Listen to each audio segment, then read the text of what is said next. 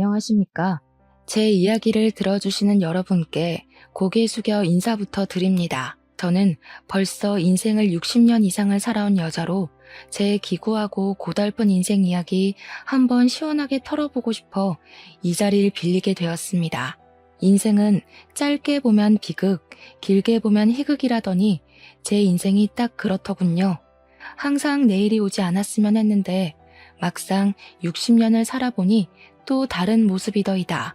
제 이야기도 아마 똑같을 것 같습니다만 한자 한자 써내려가면서 제 울분과 제 상심, 제 상처까지 전부 내려놓으려고 하니 부디 끝까지 함께 해주시면 감사하겠습니다. 그럼 지금부터 저의 비극이자 지나보니 희극이었던 이야기를 시작해 보도록 하겠습니다. 저는 아주 가난한 시골 촌동네, 진짜로 이런데 사람이 살 수 있나 싶을 정도로 낙후된 촌동네에서 태어난 촌년입니다.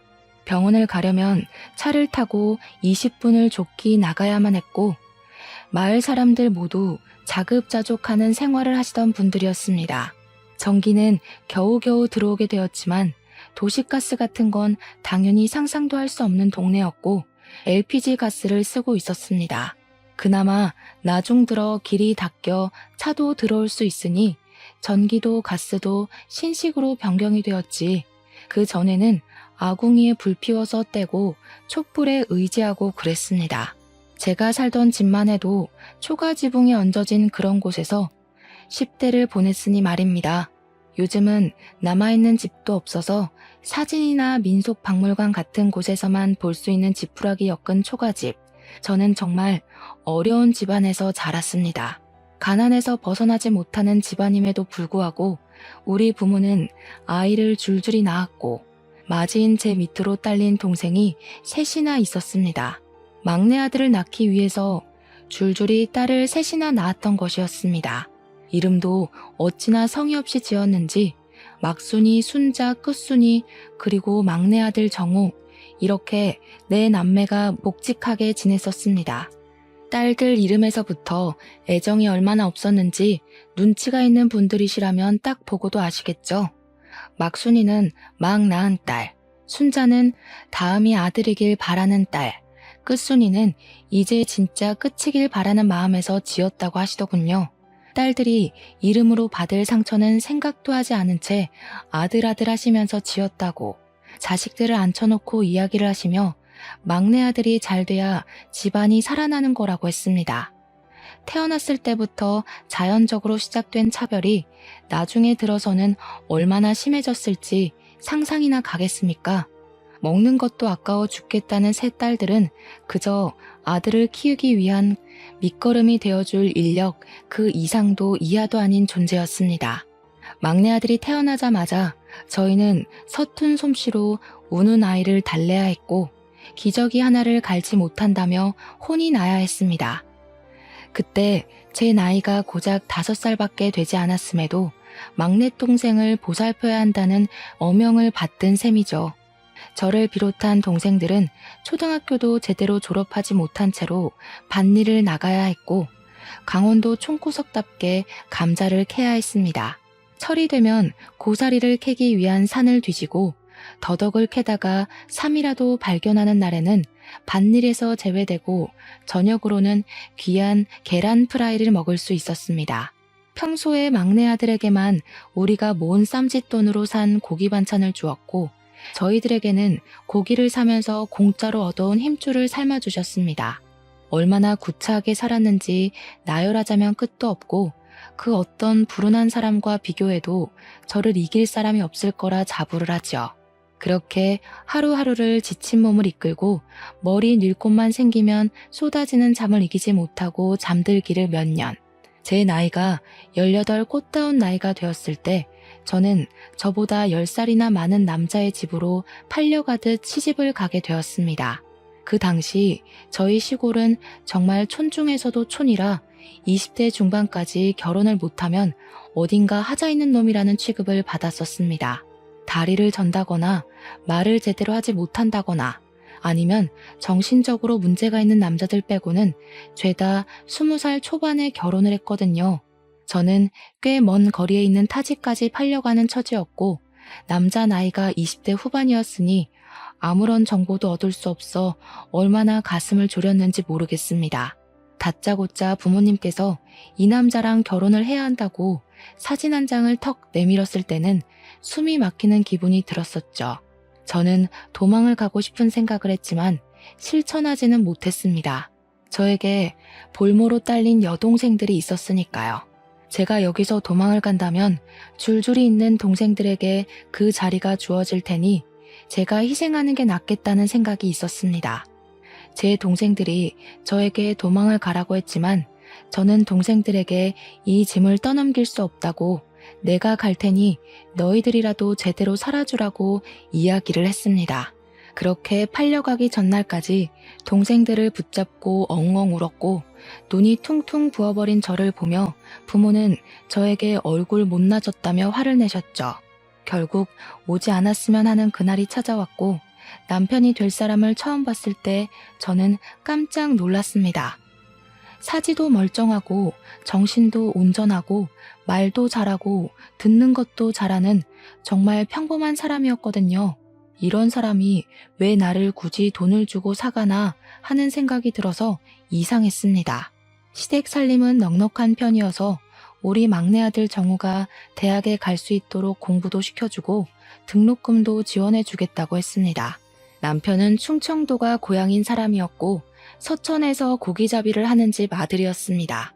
어떻게 물어물어 이 시골에 있는 저를 점찍어 갔는지는 모르겠지만 아무것도 모르는 상태로 저는 시집을 가게 되었습니다. 막내는 워낙 집에서 귀한 대접을 받으니 그렇다 쳐도 둘째와 셋째가 참으로 걱정이 되었지만 타지로 나가는 건 처음인지라 제 처지 또한 무한히 걱정이 되었습니다. 아니나 다를까 처음 시집을 가서 합방을 하는데 남편이 힘을 영 쓰지 못하는 게 아니겠습니까? 이래서 28해를 지나고도 결혼을 못했구나 싶었습니다. 몇 번을 시도해도 합방은 잘 이루어지지 않았고 남편이 힘을 쓰지 못하니 당연히 아이가 생기지 않았죠. 그 시골 사람들에게 대를 잇는다는 것이 얼마나 중요한 일인지 아시는지요? 아이가 생기지 않는다는 이유로 저는 몰매를 맞는 대역죄인이 되어야 했습니다. 시모는 저에게 일도 제대로 하지 못하는 것이 아이까지 낳지 못한다고 아주 등신을 들여놨다고 화를 내셨습니다. 고기잡이 일이라도 도우라며 난생 처음 배를 탄 날에는 정말 아무것도 못하고 뱃머리에서 구역질만 정신없이 했습니다. 제가 배를 타본 적이 없어서 몰랐는데 뱃멀미가 엄청나게 심한 타입이었나 봅니다. 정말 머리가 어지러워 두 다리를 딛고 서 있을 수가 없을 정도로 심하게 멀미를 했습니다. 저는 제 뱃속의 장기까지 토하는 줄 알았습니다. 일을 못하고 배 구석에 앉아 계속 빌빌거리고 있자 시모는 저를 한 대 두 대 손을 올리기 시작했고 나중에는 손만 번쩍 들어도 벌벌 떨게 되는 수준이 되었습니다. 저는 자아를 잃어버린 사람처럼 시키는 일만 곧이곧대로 해야 하는 로봇이 되었습니다. 식사를 차리라고 하면 밥을 하느라 정신을 놓고 청소를 하라고 하면 청소를 하고 노예 같은 생활을 하다 도저히 견디지 못하겠다는 마음을 먹게 되었죠. 시집살이를 시켜도 너무 시키니까 시집을 온 지 2년째 되던 날 울면서 집으로 전화를 걸었습니다. 엄마, 나 정말 죽을 것 같아. 강원도로 다시 돌아가고 싶어요. 제발 이 집에서는 나는 지나가는 개보다 못한 취급을 받는다고요. 그러자 엄마는 저에게 화를 잔뜩 내면서 제가 지금 집으로 돌아오면 17살밖에 되지 않은 정우는 대학을 어떻게 가겠냐고 말했습니다. 시댁에서 매달 집으로 돈을 보내주어서 정우가 모자람 없이 공부도 하고 동생들도 배부르게 먹으며 살고 있다고 하더라고요. 제가 여기서 버텨야 그 돈이 계속 지급이 될 거고 정우도 대학을 번듯하게 나와야 나중에 집안을 위해 힘쓰지 않겠냐고 하더군요. 저는 너무나도 서운하고 눈물이 왈칵 쏟아졌습니다. 그 뒤로는 집에 전화하는 것도 기피하게 되었습니다. 전화를 해봐야 위로의 말을 듣기는커녕 제 처지를 실감하는 비수만 꽂혔으니까요. 간혹가다 동생들이 전화를 받을 때만 통화를 했는데 동생들이 하는 말이 막내가 벌써부터 사고만 치고 다니고 공부도 쥐뿔 못한다고 하더라고요. 그러면서 저에게 늘 배가 고프다고 매달 저희 시댁에서 보내주는 돈으로 막내 동생에게만 고기를 사준다고 서럽다고 하더라고요. 저에게는 동생들이 배부르게 먹고 있다고 했는데 그게 모두 거짓말이었던 겁니다.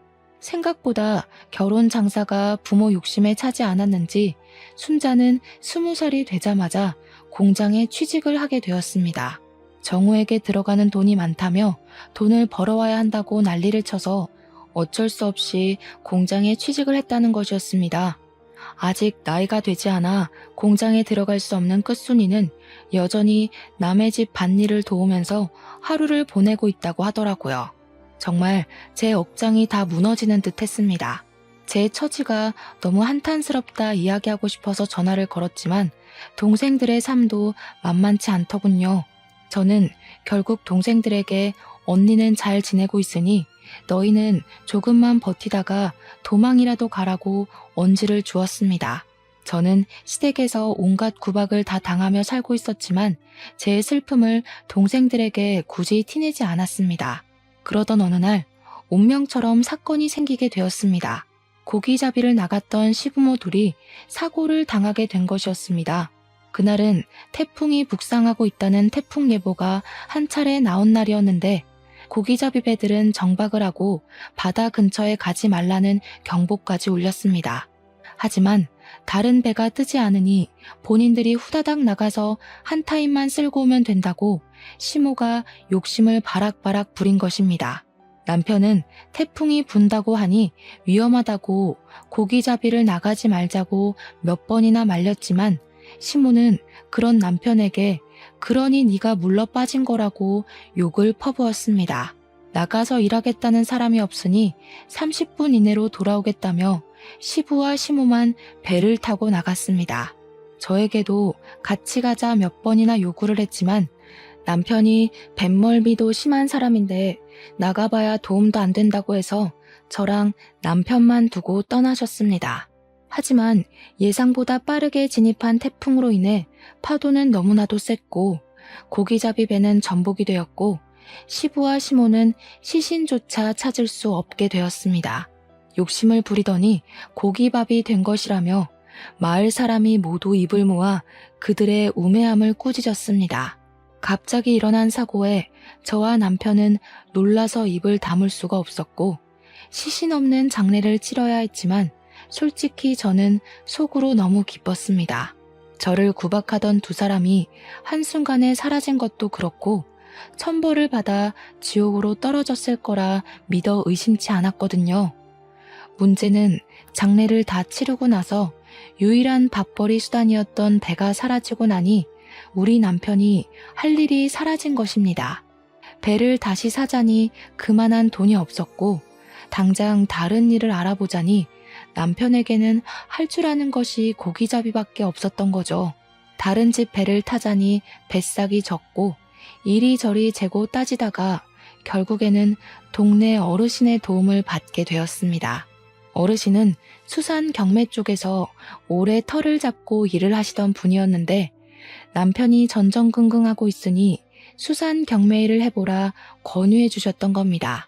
남편은 더 이상 놀고 먹다가는 둘 다 손가락만 빨게 생겼다면서 수산 경매일에 뛰어들었습니다.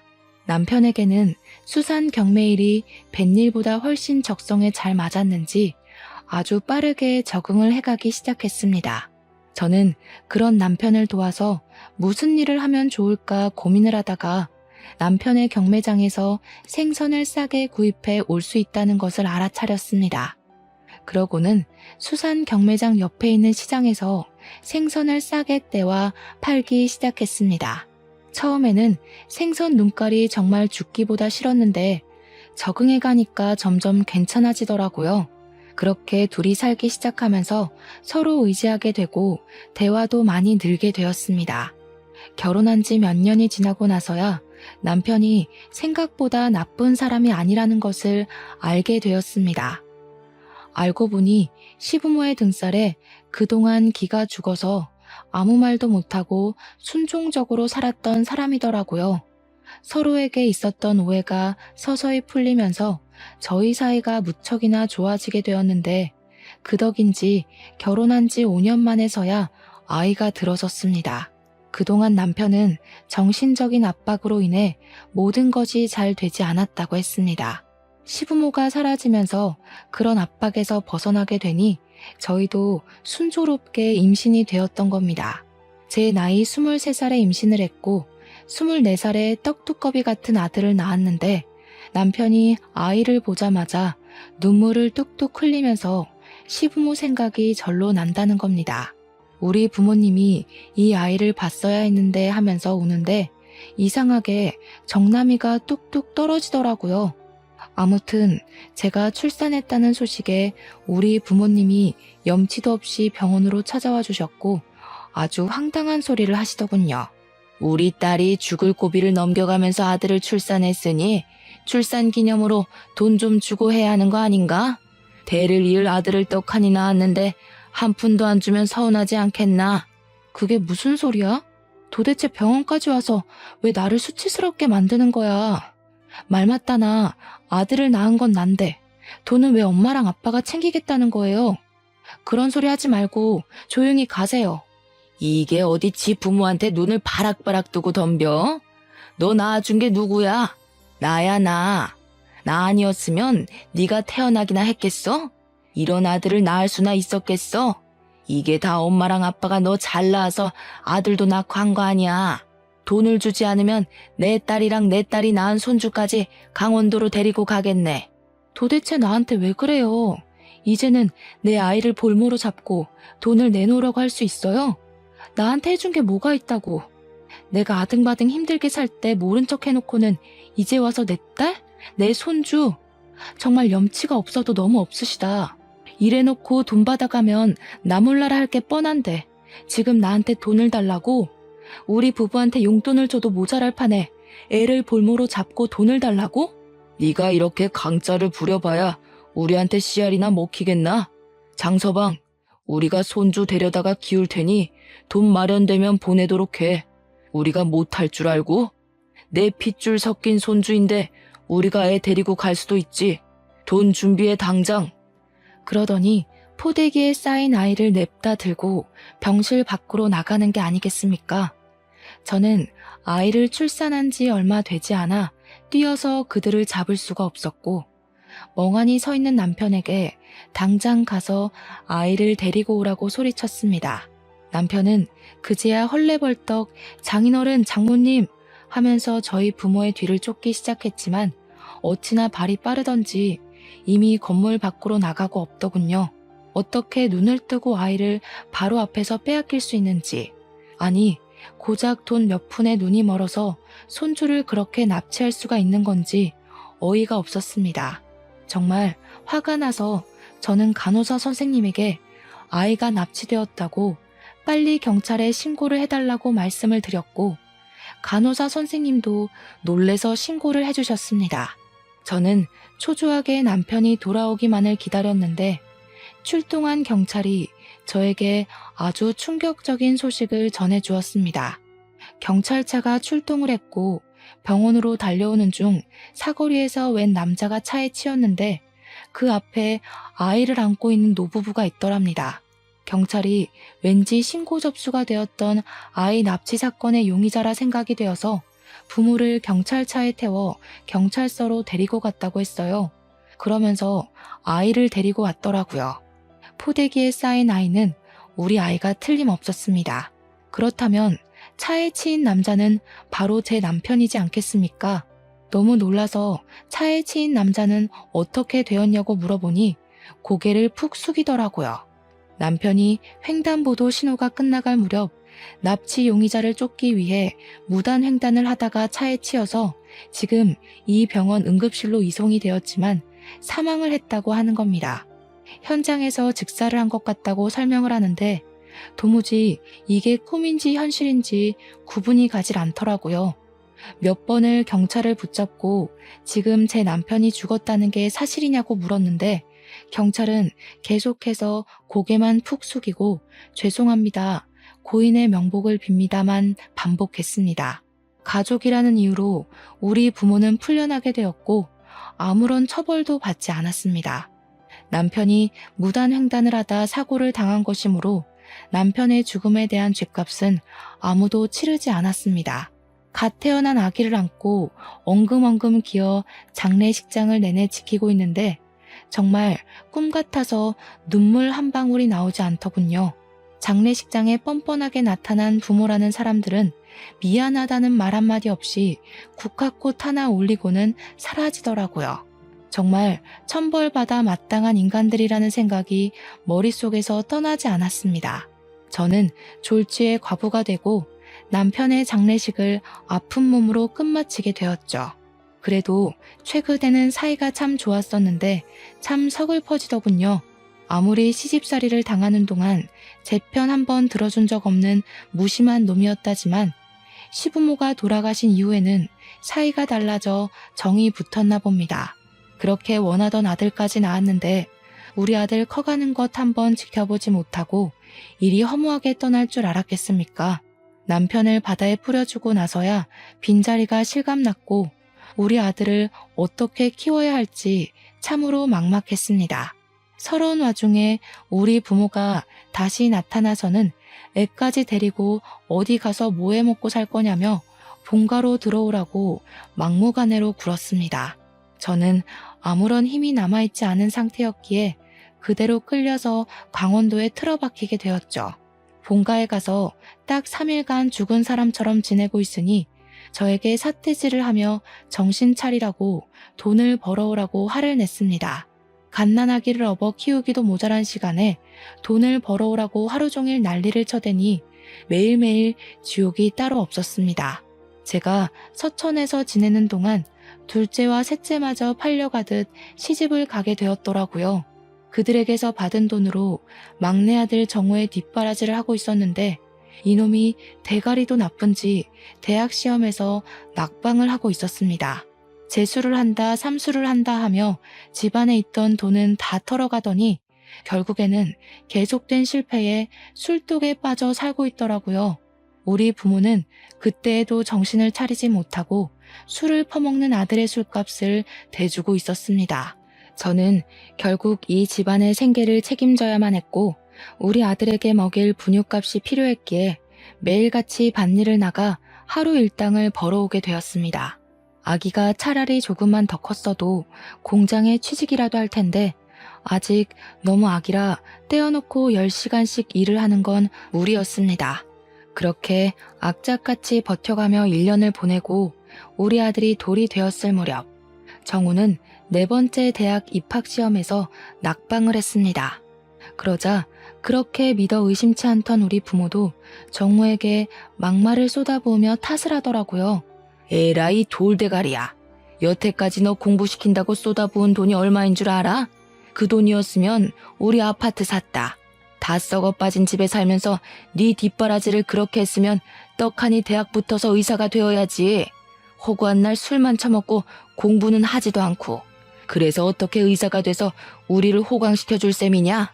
그 말에 동생은 엄청나게 화를 내며 집안을 뒤집어 엎기 시작했습니다. 정말 고래고래 소리를 지르며 집안 집기를 다 던지는 바람에 우리 아기가 깨서 엉엉 울기 시작했죠. 내가 언제 의사가 되겠다고 했어? 그게 다 엄마 아빠 욕심이었지. 나는 그냥 대충 살다 대충 죽으려고 했다고. 그리고 술값 대준 게 언젠데? 언제는 나보고 스트레스 풀 겸 술이나 마시라더니 왜 이제 와서 딴소리야? 내가 언제 의사 한다고 했어? 그리고 애새끼는 왜 이렇게 울어대는 거야? 정신사납게. 이딴 집구석에서 공부를 하라고? 퍽이나 되겠다. 우리 아이가 엉엉 우니 부모도 정우도 애 때문에 정신사납다며 화를 냈고 저는 그 밤늦은 시간에 아이를 업고 밖으로 나왔습니다. 애를 달래서 잠이 들면 다시 집으로 조용히 들어가 몸을 뉘어야겠다 생각하며 애를 업고 동네를 한 바퀴 두 바퀴 돌기 시작했죠. 자꾸만 히끗히끗하며 우는 아들 녀석 때문에 저는 2시간 동안 쉬지 않고 마을을 걸으며 돌아다녀야 했어요. 겨우겨우 잠이 든 기색이 보이자 집으로 슬슬 걸어가고 있는데 웅성웅성 사람들이 몰려드는 소리가 들려서 뭔가 싶었죠. 그런데 글쎄 낡은 나무에 지푸라기가 얹어져 있던 썩어 빠진 우리 집이 활활 불타고 있는 게 아니겠습니까? 저는 너무 놀라서 아이를 업고 있다는 것도 까먹고 다리에 힘이 풀려 그 자리에 주저앉고 말았습니다. 총구석에서도 아주 구석진 곳에 덜렁 있던 집이라 다른 집에는 피해가 가지 않았지만 그만큼 소방차가 들어오는데 시간이 오래 걸렸습니다. 겨우겨우 불을 끄고 소방관들이 들어가서 사상자가 있나 살피고 있는데 글쎄 불에 탄 시신 3구가 나왔다는 겁니다. 불에 새카맣게 타버려서 신원 확인을 하려면 오래 걸릴 것 같다고 하는데 제가 우리 부모와 막내 동생 같다는 이야기를 했습니다. 그러자 주변에서도 너도 나도 증언이 이어지기 시작했습니다. 다 깨부수는 소리가 났다. 너 죽고 나 죽자 하는 소리를 들었다. 하도 시끄러워서 찾아오니 불이 났더라. 원래 저 집 아들이 술 먹으면 개가 되는데 오늘 저녁쯤에 술병 4-5개 들고 집에 가는 걸 봤다. 지 부모 맨날 죽이겠다고 협박도 했잖아 하는 증언들이여. 늦은 밤이라 조용한 산골 마을에 모든 소리가 울려 퍼졌나 보더라고요. 저는 참고인 자격으로 경찰서에 가서 조사를 받게 되었습니다. 내내 밭일을 하고 잠도 제대로 자지 못해 꾸벅꾸벅 졸면서 조사를 받는데 있는 그대로 전부 이야기를 했죠. 동생이랑 부모가 다투는 소리에 애가 깨는 바람에 어쩔 수 없이 다시 재우려고 밖으로 나왔다고요. 처음에는 제가 나가고 얼마 있지 않아 사고가 나서 그런지 저도 용의자로 올라갔었는데 제가 애를 안고 마을을 내내 돌았고 딱히 협의점을 찾을 수 없는지 풀어주더라고요. 저는 모든 게 까맣게 타버린 집으로 돌아가 아무것도 건지지 못하고 오갈 곳 없는 신세가 되었습니다. 그러던 도중 남편이랑 저랑 살던 전셋집이 생각이 났습니다. 부랴부랴 부모 손에 이끌려 강원도로 오느라 짐도 빼지 못하고 전세 기간도 남아있던 그 집 말입니다. 전셋집에 찾아갔더니 다행히도 집주인분께서 다음 달에 전세가 만료된다고 하시면서 재계약을 할 거냐고 저에게 물어보시더라고요. 세간 살림에도 먼지가 쌓여 있긴 했지만 그럭저럭 다들 쓸만한 수준이었습니다. 하지만 남편이 죽고 난 빈자리가 꽤 크게 느껴졌기에 그 집에서 아들과 둘이 산다는 것은 마음이 편치 않더라고요. 전세를 연장하지 않기로 했고 저는 그 돈으로 아들과 둘이 살만한 적당한 집을 구할 수 있었습니다.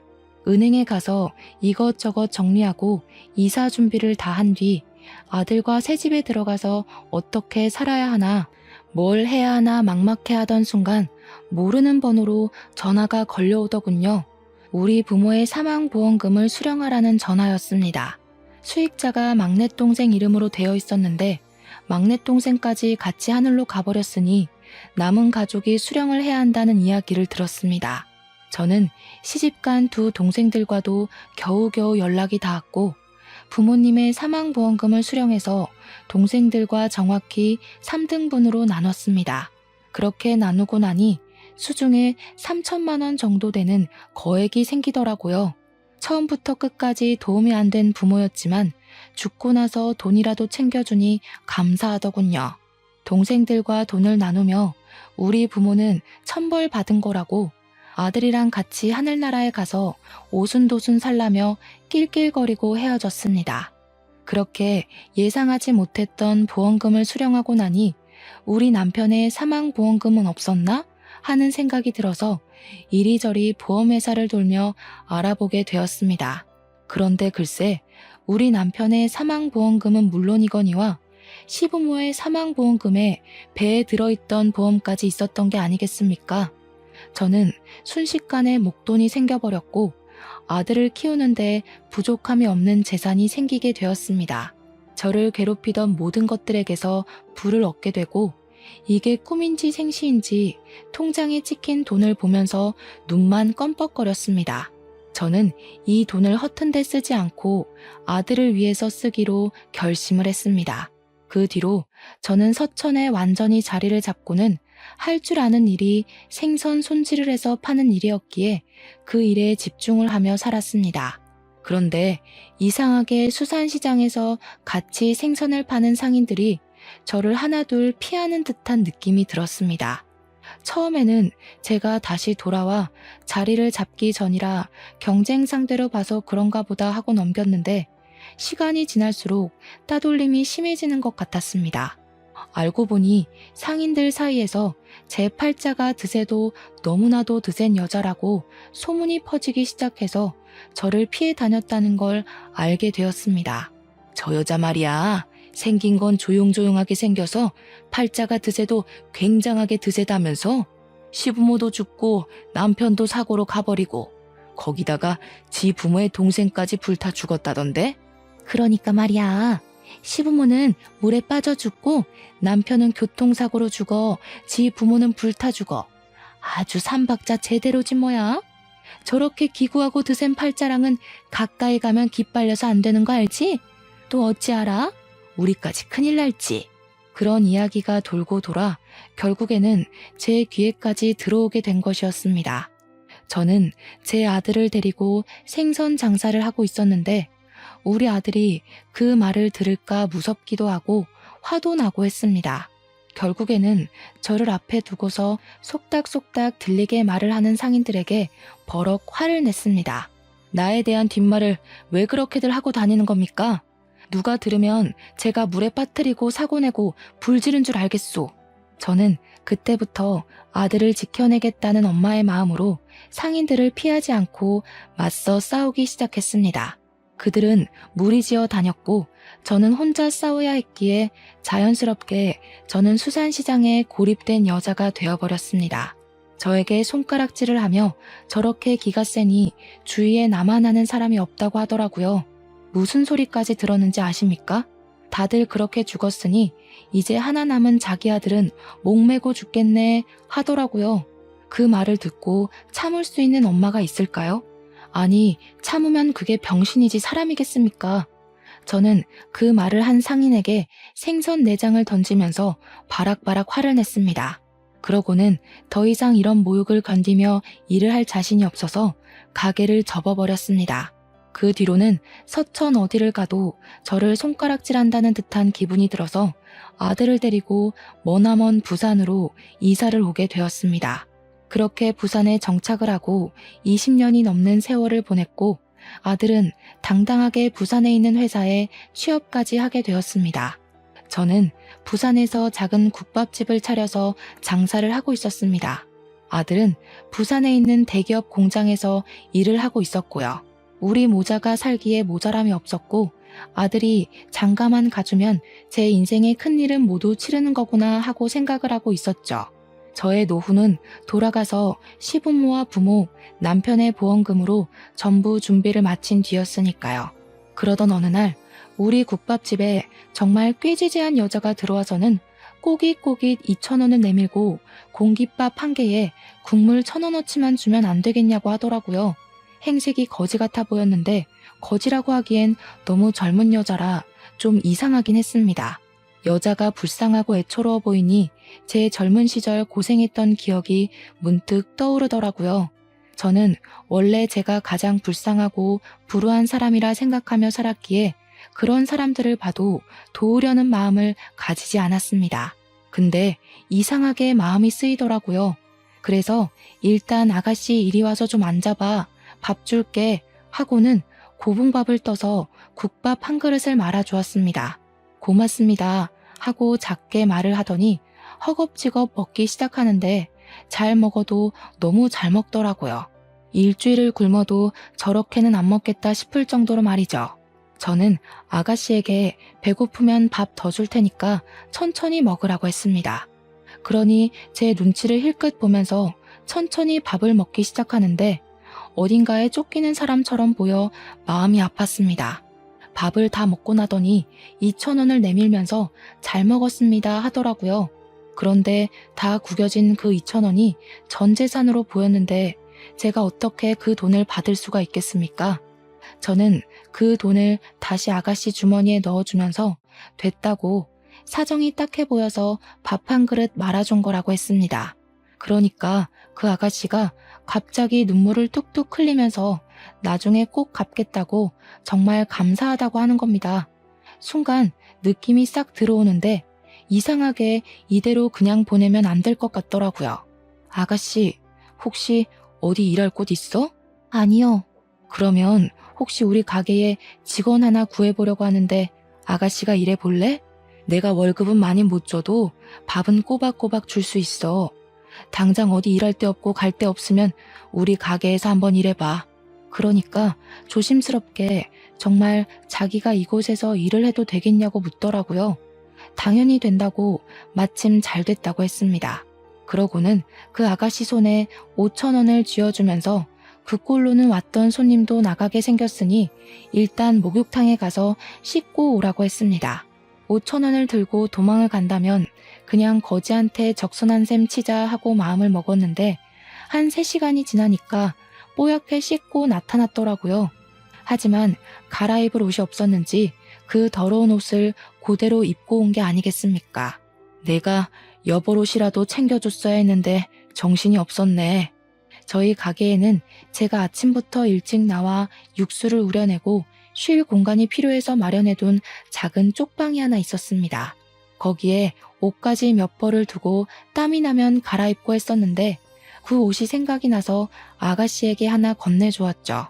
제가 입던 옷이라 조금 촌스럽긴 했어도 워낙 곱게 생긴 아가씨라 그런지 그럭저럭 잘 어울리더라고요.